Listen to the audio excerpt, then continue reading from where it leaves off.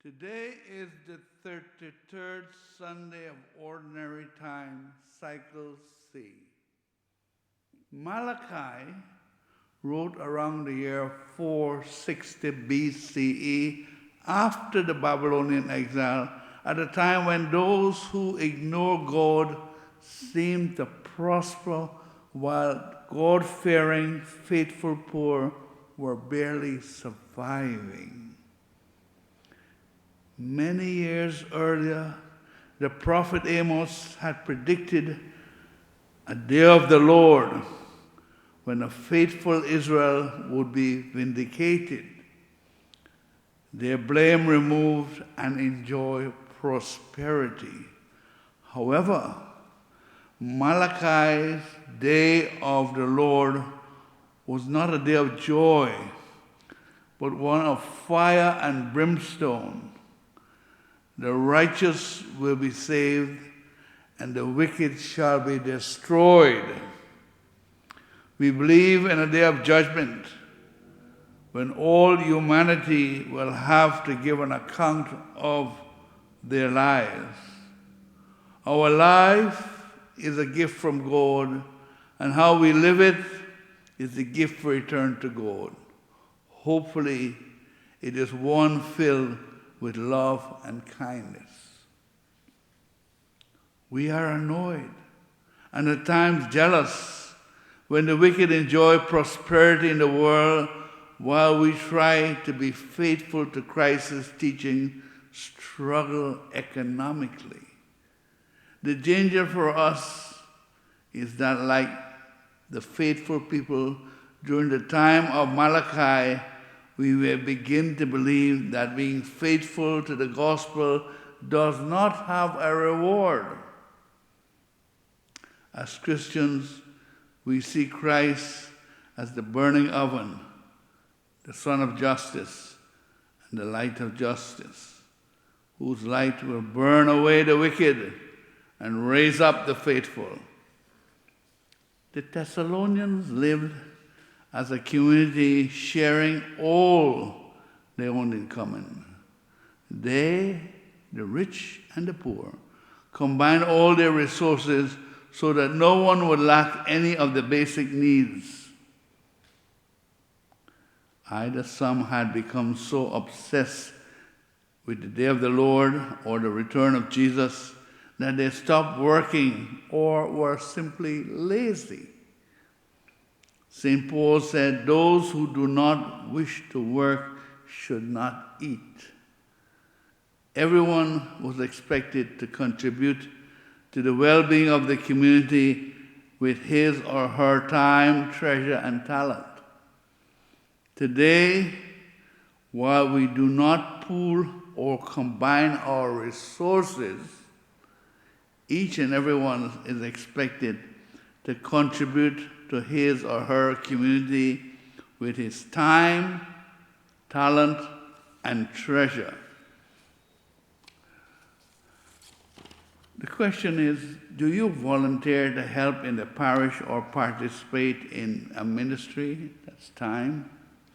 Do you offer your service or skills to help the parish or other in need in the parish?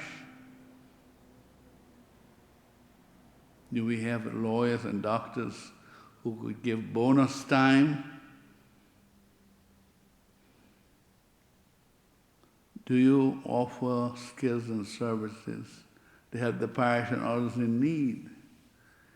Is your weekly offering considered first fruits or leftovers?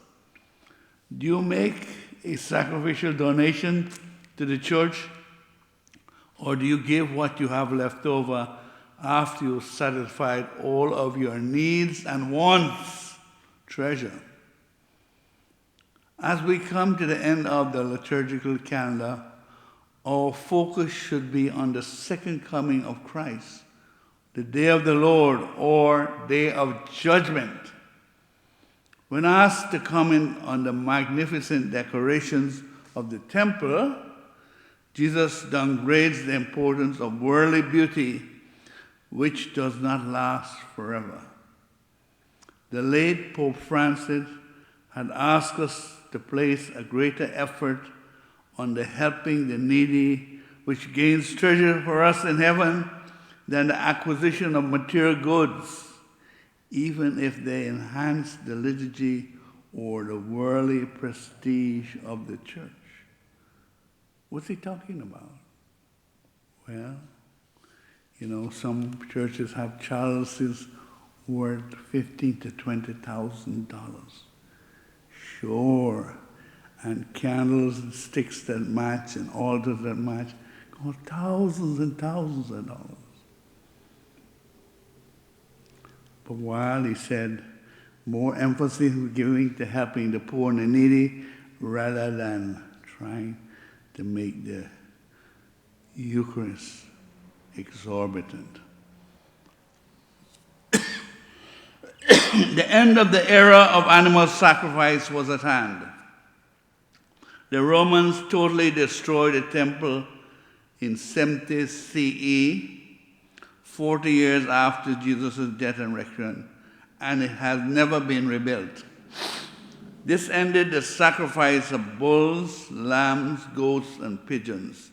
In the Jewish tradition, as the growth of the unbloodied sacrifice of the Mass was beginning.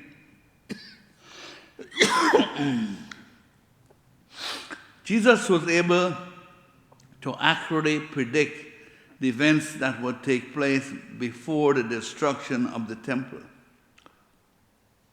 He was able to predict the persecution of Christians who were kicked out of the synagogues and the persecution of Christians throughout the Roman Empire, started by Nero in the year 66. This persecution continued for 300 years.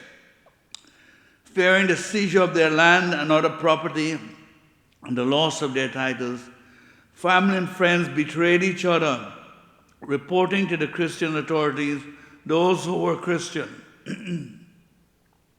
The overall message of Jesus is that we shall have to endure persecution and persevere in our faith as we await his return. We are not unaided in our struggle. The gift of the Holy Spirit will help us to prevail in the face of overwhelming odds. The gates of hell will attack the church, but will never prevail against it.